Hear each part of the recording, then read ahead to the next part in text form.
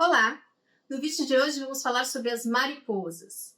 Nós chamamos elas assim no Brasil, porque em Portugal nós estaríamos falando das traças, que é outro bicho completamente diferente aqui no Brasil para nós. Mas enfim, como eu sou brasileira, eu vou continuar falando mariposa. O nome mariposa vem do espanhol, literalmente Maria que pousa, só que mariposa em espanhol é borboleta. Então, esse é um bichinho cujo nome já começa uma complicaçãozinha, né? Mas enfim, qual que é a diferença entre mariposas e borboletas, já que elas têm tantas similaridades? A maioria das pessoas vai dizer, as mariposas são noturnas, enquanto as borboletas são diurnas. Mas existem as de hábitos crepusculares e até algumas de hábitos noturnos. E as mariposas também. Podem existir mariposas de hábitos diurnos e de hábitos crepusculares também. Geralmente, quando as mariposas pousam, elas ficam com as asas abertas, assim, enquanto que, quando as borboletas pousam, elas geralmente deixam as asas verticais, fechadinhas na vertical. O corpinho das mariposas costuma ser bem mais gordinho do que o corpinho das borboletas, e também ela tem essas estruturas que parecem esses pelinhos, ela parece toda peludinha em algumas espécies, e tem mais escamas também nas asas, o que dá essa aparência de ser mais peludinho. As antenas são muito diferentes. A maioria das borboletas tem antenas fininhas, com uma espécie de bolinha na ponta ou uma estrutura que parece um cotonete no final, aquele cabinho de cotonete. Enquanto que as mariposas têm muitas antenas diferentes, dependendo da espécie. Elas podem ser bem pequenininhas ou podem ser enormes, podem atingir até 30 centímetros de envergadura de asa, como, por exemplo, a mariposa imperador, que é achada aqui no Brasil, na Amazônia. O primeiro aspecto que eu vou ressaltar aqui para a gente começar a falar das representações arquetípicas que a mariposa nos evoca, né, do que está no nosso inconsciente coletivo quando a gente lida com a figura da mariposa, eu vou começar com a questão da noite, porque, de fato, grande parte das mariposas é noturna. Então, ela vai ser esse animal que vai lidar com esse âmbito, que é um âmbito que, para nós humanos, simbolicamente, representa o desconhecido, representa o que não é visto e que, portanto, pode ser perigoso. A gente não sabe o que tem lá, a gente não sabe se aquilo é um caminho que está cheio de perigos ou se é um caminho tranquilo, simplesmente porque a gente não enxerga. Nós, humanos, naturalmente, não somos animais noturnos, nós somos animais diurnos, de hábitos diurnos. É por isso que, com o crescimento das sociedades e das tecnologias, nós enchemos de luz em todo lugar. Porque a noite nos dá medo. Isso é intrínseco à nossa espécie. É uma proteção instintiva nossa, porque a gente não enxerga direito à noite. Portanto, para o ser humano, o ideal seria ficar lá na caverninha, quietinho, e sair só de dia que ele está enxergando. Não é um âmbito que nós trabalhamos bem. Já a mariposa, né, muitas espécies de mariposa vão ter, então, toda essa desenvoltura em um âmbito que para nós pode ser um âmbito perigoso. Então, ela já começa a ter um lado que, para nós, a gente pode enxergar simbolicamente como uma coisa meio estranha. Porque por que esse animal sai à noite? Por que esse animal sai em um âmbito perigoso? Será que esse animal é perigoso também? Tanto que diversas espécies de mariposas aqui no Brasil são chamadas de bruxas. São relacionadas, então, a esse feminino que vai sair por aí à noite, desafiando a lei natural, que seria sair só de dia. Então, a mariposa ela tem esse aspecto de feminino desafiador, ela tem esse aspecto de desafiar esses perigos que a gente não sabe quais são e de mexer com forças que a gente não conhece muito bem. Tudo isso eu estou falando simbolicamente, tá? Do que está guardado aqui no nosso inconsciente coletivo como espécie humana mesmo. E essa ligação da mariposa com a noite, com os mistérios, com o perigo, ela aparece também na nomenclatura científica de diversas espécies de mariposas. Existe uma família, por exemplo, que é a família Saturnidae, que são mariposas belíssimas e que tem algumas estruturas que parecem ocelos, né? São aquelas estruturas que chamamos de ocelos, que parecem olhos para outros animais, para enganar outros animais, e que os cientistas que estavam lá estudando acharam que parecia com o planeta Saturno, também por causa de toda essa questão noturna, etc. Então elas foram chamadas de Saturnídea, ou seja, elas são borboletas saturnianas. E para quem gosta de astrologia também, elas estariam então ligadas a este planeta, que é um planeta bem polêmico, né? Que é um planeta que traz muitas mudanças, que é um planeta temido por muitos. Então tá aí ela ligada também ao mistério, ao poder, ao que não se sabe que vai acontecer. Nós temos também outra mariposa belíssima, que é a mariposa Luna, que o nome já diz, né? É a mariposa da lua, porque também essas manchinhas dela, elas foram interpretadas como se fossem parecidas com a lua. Então nós temos aí esse aspecto lunar, esse aspecto feminino, esse aspecto da intuição, que é muito ligado ao feminino, que é muito ligado ao lidar com coisas que nós não conhecemos. Nós temos que então nos fiar muito na nossa intuição, né? Quando a gente está à noite, em um lugar onde a gente não está enxergando, a gente tem que usar outros sentidos que a gente não está muito acostumado a usar. E temos também essa mariposa aqui, cujo nome científico é Altomeris Io, e Io é uma lua de Júpiter. E alguns astros, como nós sabemos, emitem luz, as estrelas emitem luz, certo?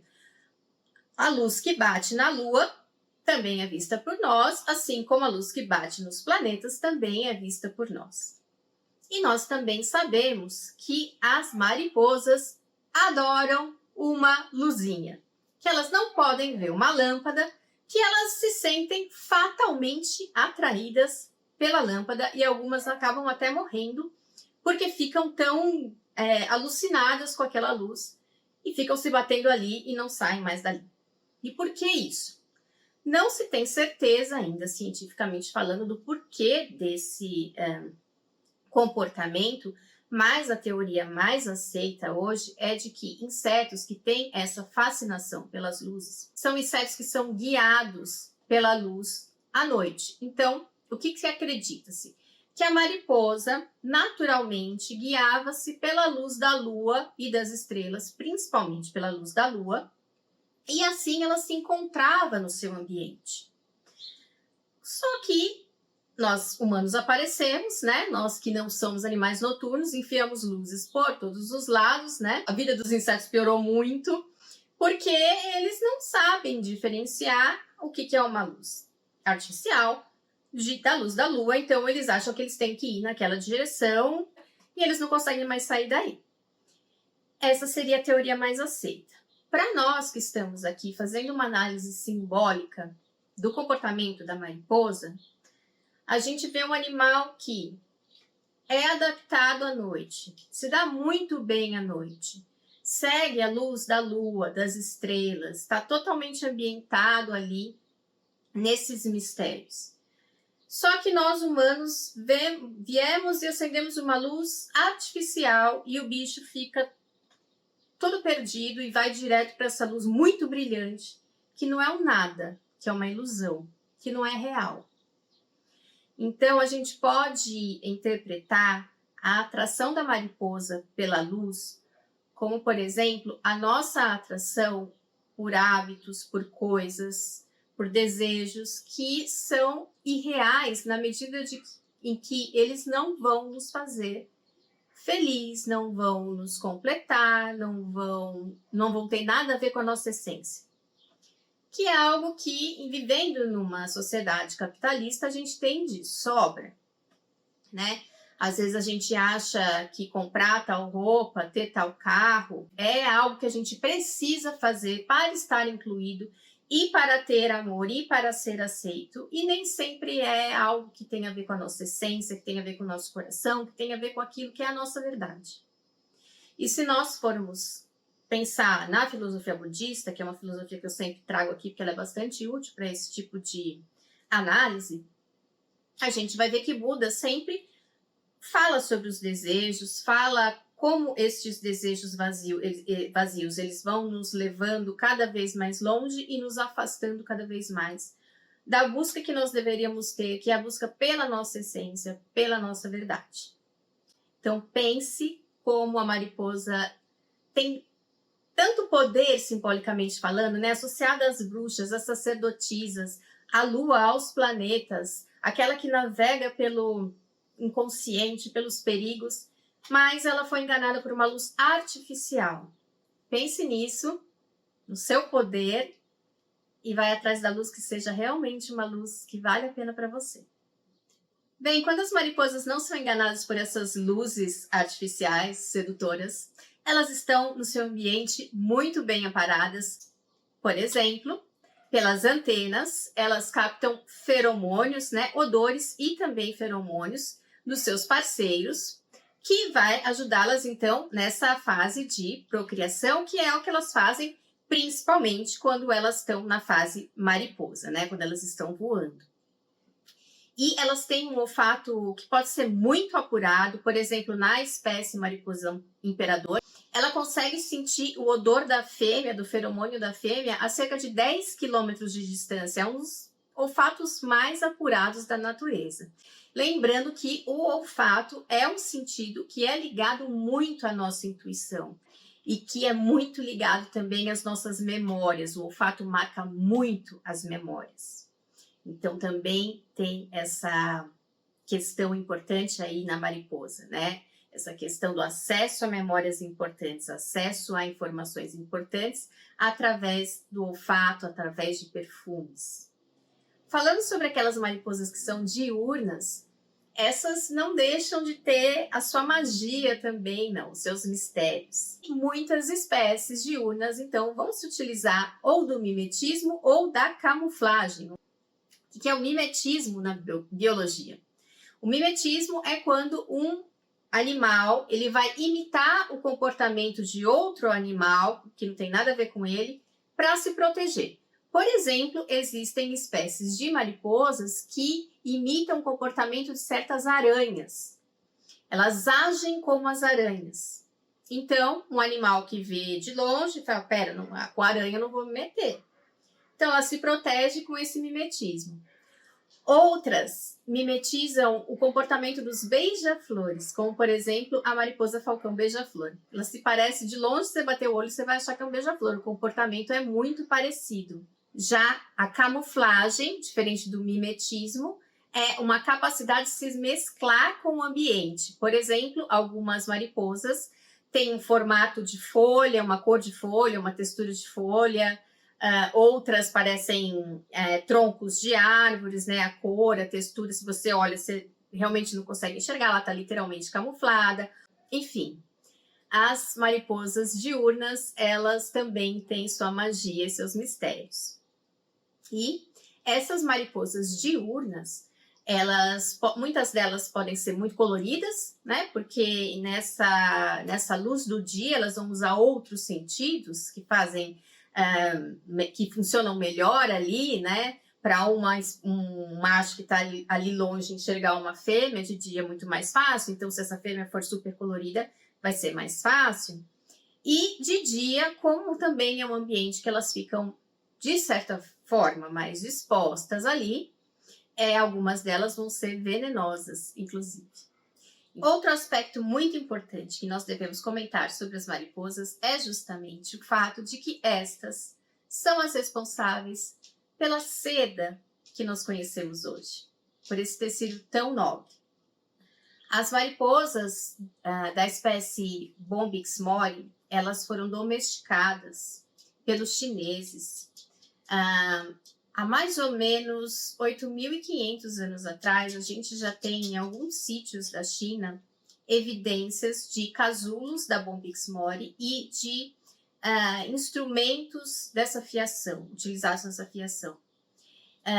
A maioria dos autores coloca a data de 5.000 a 4.000 anos para realmente o surgimento dessa indústria da seda na China, da sericicultura. Mas, na verdade, ela pode ser muito mais antiga. Inclusive, antes mesmo dessa data de 8.500 a.C., a seda pode ter sido feita muitas vezes em muitos locais do mundo, capturando mariposas selvagens, né? Mas é muito diferente você ter uma indústria voltada para a seda, todo um comércio voltado para a seda, uma manufatura importante, do que você simplesmente pegar o animal ocasionalmente e criar algum tecido com fiando seda.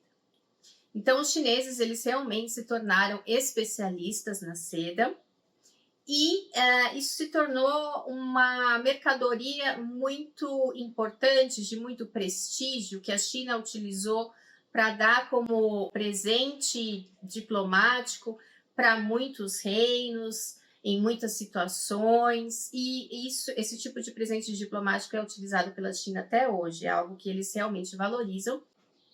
Como é que é feito isso? É esperado, né, ela passar por todas as fases, né, toda aquela questão da transformação. Inclusive, como eu já tenho aqui o vídeo da borboleta, fazendo uma pequena observação aqui, eu não vou entrar na questão da transformação muito profundamente aqui, mas é claro que toda essa questão de deixar o velho para trás, de se transformar em algo completamente diferente, também está ligado à questão da mariposa. Então, eu recomendo que vocês assistam também o vídeo da borboleta para ter essa parte mais bem explicada, tá? Que é mais uma das magias incríveis que a mariposa faz. Mas, enfim, nesta magia, nessa transformação, que ela vai passar por várias fases ali, né? De lagartinha, a lagartinha vai se desenvolvendo até ela resolver que ela vai fazer o casulinho dela, e esse casulinho é feito com fios de seda. Então a Bomix Mori faz esse monte de fiozinho, vira um casulinho cheio de seda e ela fica quietinha lá dentro.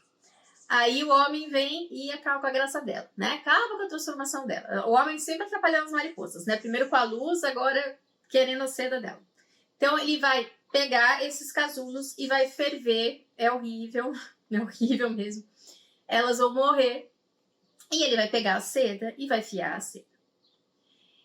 E essa se tornou, claro, uma mercadoria muito importante, como eu estava comentando com vocês. Ela foi encontrada em tumbas de faraós no Egito, mais ou menos em 1000 a.C., apesar de ainda estar muito longe de ser criada a Rota da Seda, que foi criada mais ou menos ali no ano 2 depois de Cristo, né? 1000 anos antes ela já era encontrada, então isso atesta que havia um comércio que ia realmente até a China de alguma forma e ia trazendo de lá essa mercadoria que era considerada um luxo.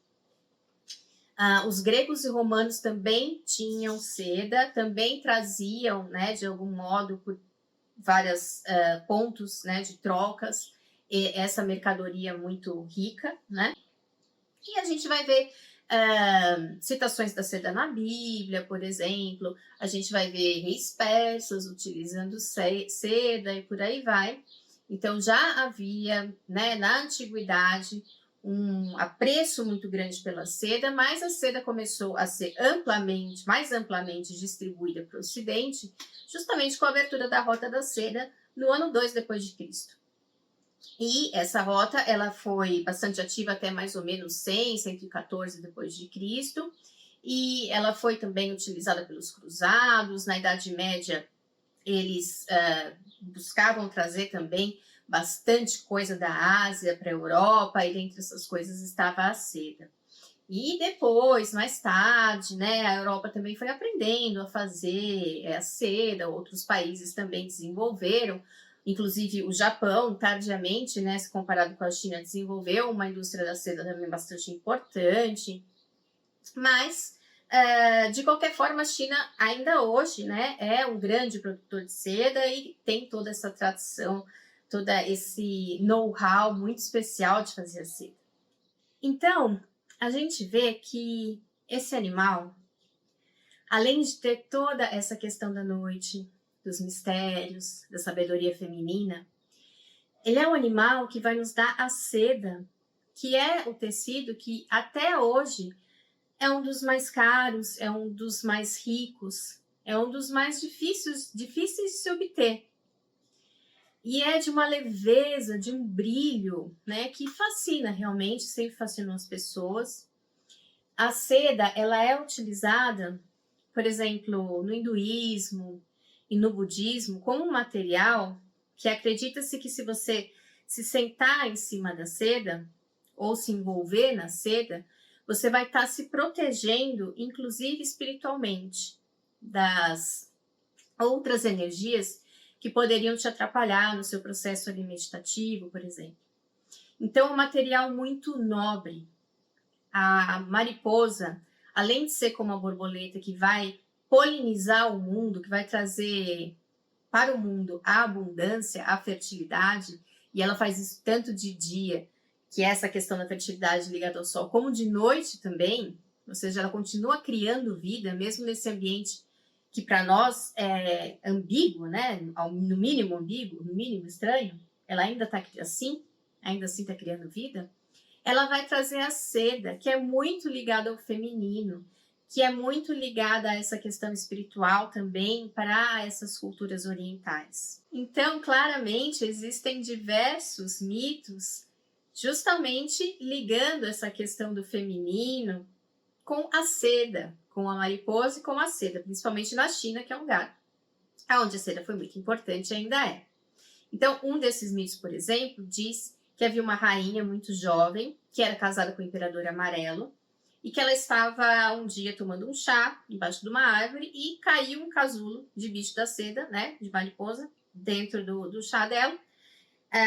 O chá estava quente, então aquilo se desfez, ela percebeu que eram fios, e com aqueles fios, então, ela teceu a primeira seda e deu a seda à humanidade, e se tornou, então, a deusa da seda.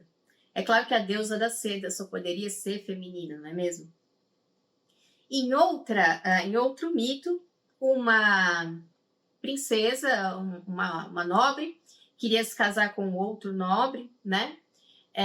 Ela escondeu dentro do vestido dela de casamento uma porção de casulos de seda para dar de presente para a família nova dela, justamente para esse marido. Então, levando essa dádiva, né, que era um segredo, para outra família. O que também é algo interessante, se a gente for pensar, porque é como se o feminino estivesse dando ao princípio masculino, que é o princípio da ação, a riqueza da seda, né? Porque o feminino, ele é nutridor, ele é aquele que traz as riquezas da terra, está dando a riqueza da terra para o princípio masculino, para que o princípio masculino haja, materialize, né, essa riqueza, essa indústria da seda. De um modo interessante, essa representação arquetípica da mariposa, então, que seria aquela que está dando uma dádiva ao mundo, né, de um modo feminino, de um modo fertilizador, e de um princípio masculino, que é aquele que vai colocar isso em ação. Isso também foi traduzido de uma maneira bastante interessante na China, porque a Bombyx mori, que é essa lagarta da mariposa da seda, ela tem uma cabeça que, de algum jeito, parece um pouco a cabeça de cavalo. Os chineses acharam que parecia a cabeça de um cavalo. E o cavalo, ele tem mais essa representação arquetípica da ação, né? Daquele que faz, daquele que leva, daquele que transporta. E então, certas lendas ligaram essa questão da mariposa com o cavalo, por causa da seda. Em uma dessas lendas, na China, né, antigamente, era obrigatório que os homens da família servissem no exército. E em uma dessas famílias, o pai teve que ir, né, para uma guerra, e a filha prometeu aos deuses que se o pai voltasse, ela se casaria com o cavalo da fazenda. Por que alguém fez uma promessa dessa, eu não sei, mas ela fez. E aí o cavalo ouviu, ficou animadíssimo e foi buscar o pai e voltou com o pai. E aí ela falou, tá, eu vou casar com o cavalo então. Aí o pai falou, de jeito nenhum, que absurdo, foi lá e matou o cavalo. Né? Essa história cheia de coisas que não deveriam ter. Aí, bom, ele não é satisfeito, tirou a pele do cavalo e colocou a pele do cavalo para secar. Esta pele, um dia a menina estava lá olhando para a pele, de repente a pele voou e envolveu a menina e ela desapareceu. E aí o pai procurou e percebeu que a menina tinha se tornado uma mariposa, tinha feito um casulo e estava dando seda. Então, de certa forma, esse casamento, né, alquímico, vamos dizer assim, entre o princípio feminino e o masculino ocorreu, né, entre a prosperidade da seda e a ação de fazer a seda e dar a seda ao mundo ocorreu. E assim a seda torna-se uma dádiva, então, dada por esses dois princípios ao mundo. Além disso, essa menina ficou conhecida como a deusa cabeça de cavalo da seda. Bem, como eu falei, a seda era principalmente feita pela China e ainda é até hoje, mas outros países também começaram a criar, né, as mariposas da seda e se envolver nessa indústria de alguma forma, principalmente na Ásia, e um desses países é o Vietnã, e no Vietnã também temos mitos sobre a seda, e um desses mitos conta que havia um grupo de mulheres muito bonitas que eram constantemente incomodadas por seus patrões, elas eram criadas de uma casa, e elas se cansaram disso e elas pediram ajuda para o Deus das montanhas. Então elas foram até as montanhas e o Deus das montanhas as protegeu. Só que como elas eram muito bonitas, um dos deuses também se interessou por uma dessas mulheres e começou a persegui-la. E tentou persegui-la de várias maneiras, mas o Deus da montanha protegia, até o dia que ele pediu que uma rede de raios fosse jogada em cima dela. E essa mulher, ela pegou e em vez de ficar presa nessa rede, ela engoliu essa rede dentro dela. E aí, no meio dessa perseguição toda, ela se enfiou dentro de uma caverna uma hora e cuspiu essa rede para fora e se enrolou toda nessa rede. E se tornou um bicho da seda. Essa também é uma lenda interessante porque mostra o masculino e o feminino, mas mostra um masculino autoritário, um masculino que quer tomar conta do feminino, que quer ter esse feminino, a força para ele, mas mostra a força do feminino, que é essa força da mariposa, que é essa força muito mágica, essa força muito do saber se camuflar, saber mimetizar, saber usar outros tipos de inteligência, que ele manda um raio para ela, que é uma coisa bem masculina também, né? Bem da ação, assim, uma coisa de luz, uma coisa de ação, uma coisa certeira, e ela vai lá e engole essa rede dentro dela. Ela fala assim, não, você vai mandar uma rede? Não, rede é coisa aqui de aranha, de mariposa, rede é coisa do feminino, pode deixar que eu me viro com essa rede. Eu vou pegar essa rede para mim. Então também esse mito mostra essa questão dessa dança entre o masculino e o feminino. Só que nesse caso, vamos dizer assim, um triunfo de uma inteligência feminina que utilizou algo que era para machucar como algo que ela transformou dentro dela e colocou para fora como uma rede de proteção e ainda deu uma prosperidade para o mundo, que é a seda. Bem, falando sobre as outras mariposas, né, que podem até produzir seda, mas que não foram utilizadas para isso, né, em larga escala, como, por exemplo, a mariposa bruxa, que é vista aqui no Brasil, nós vemos que essa questão dela ser ligada à noite, e essa palavra já diz tudo, né, bruxa, para um país que se tornou cristão, não ficou muito legal, né? Já a mulher à noite, nossa, escura, porque a mariposa bruxa é escura, então deve ser bruxaria, deve ser do demônio. Inclusive o nome dela, Ascalafa, vem de um dos ajudantes de Hades, o rei do submundo, né? O que ficou entendido aqui para os cristãos como rei do inferno grego, tinha esse nome. Então o nome já diz isso. E acredita-se, então, que quando entra essa mariposa bruxa dentro de casa, em muitas regiões do Brasil, que algo de mau agouro vai acontecer, porque realmente representa tudo isso, né? A força feminina, o perigoso, o poder do feminino, que é algo que a igreja sempre quis que não existisse, então foi demonizado, então a coitada da mariposa também foi. Além disso, não sei se alguns de vocês viram aquele seriado na Netflix que fala sobre o folclore brasileiro, agora me fugiu o nome, qualquer coisa escrevo aqui, que a Cuca, a personagem que faz a Cuca, né, ela se torna uma mariposa e essa mariposa cobre os olhos das pessoas e enfeitiça essas pessoas, então tem essa questão da bruxa, né. Na verdade, nesse seriado foram misturados dois mitos brasileiros. O mito da Cuca, que a gente conhece bem, né? Do pica-pau amarelo, que é aquela feiticeira jacaré, né? E o mito que dizia de que a sétima filha de uma família seria uma bruxa e que ela poderia nascer como uma mariposa, por exemplo, ou como outros animais que são ligados também à bruxaria. Então, esses dois fatores foram ligados, né? Essa figura da Cuca, então, encarnou tanto essa bruxa mariposa quanto a Cuca, né? Como elas enfeitiçam as pessoas e conseguem delas o que elas querem. Na cultura asteca, também chamada de mexica, temos uma deusa que se chama Itzpapalotli, que é uma deusa que governa uma região paradisíaca. Essa região paradisíaca é a região onde os deuses teriam criado os homens. Então é uma deusa bastante importante. Ela é tida como uma anciã, uma sacerdotisa muito poderosa e muito inteligente. E ela é associada a uma espécie de mariposa que é encontrada lá no México. E ela é também chamada mariposa das obsidianas ou aquela das facas de obsidianas. Elas têm garras que podem ser garras de jaguar. Ela tem uma aparência assim de esqueleto porque ela lida com essa questão da morte e da vida, do que está oculto e do que vai renascer. Ela pode tanto proteger as pessoas, como ela pode também castigar as pessoas, ou seja, trazer a vida como trazer a morte. Então ela tem assim um grande poder. E a gente vê mais uma vez a imagem da mariposa ligada então à imagem do poder feminino.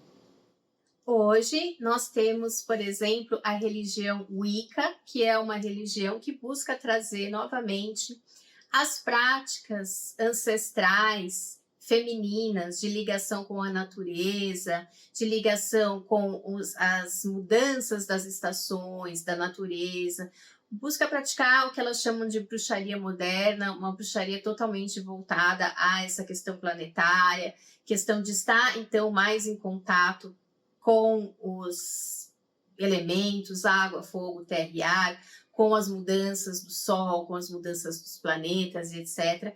E nessa religião, a mariposa, ela é associada à deusa Tríplice, que é uma deusa que é reverenciada por essa religião, né? Então haveria o deus e a deusa, e o deus ele teria várias questões ligadas ao deus celta Cernunnos, por exemplo, e a deusa também teria raízes celtas, mas também essa questão da deusa tríplice, por exemplo, de Hécate, que é uma deusa grega, que está ligada aos mistérios da noite, à sabedoria feminina, e por isso, então, a mariposa também é ligada à deusa tríplice. Aí já melhorou bastante para a mariposa, né? É uma leitura totalmente oposta à leitura cristã, que diz que a bruxa é mau agouro, para uma leitura moderna de uma religião que busca exaltar o poder do feminino e da natureza. Então a bruxa é uma coisa excelente. Bem, espero que vocês tenham gostado desse vídeo, que vocês se inspirem na força da mariposa, que é uma força de sabedoria feminina, é uma força de saber lidar com os mistérios, de navegar pela noite escura, de usar sentidos que a gente não está acostumado a usar, de usar veneno para se proteger quando a gente precisa e de trazer para o mundo coisas lindas, além da polinização que traz todas as flores e tudo que a gente se alimenta, também a seda, que é uma expressão da beleza que nasce de dentro desse animal. Até semana que vem.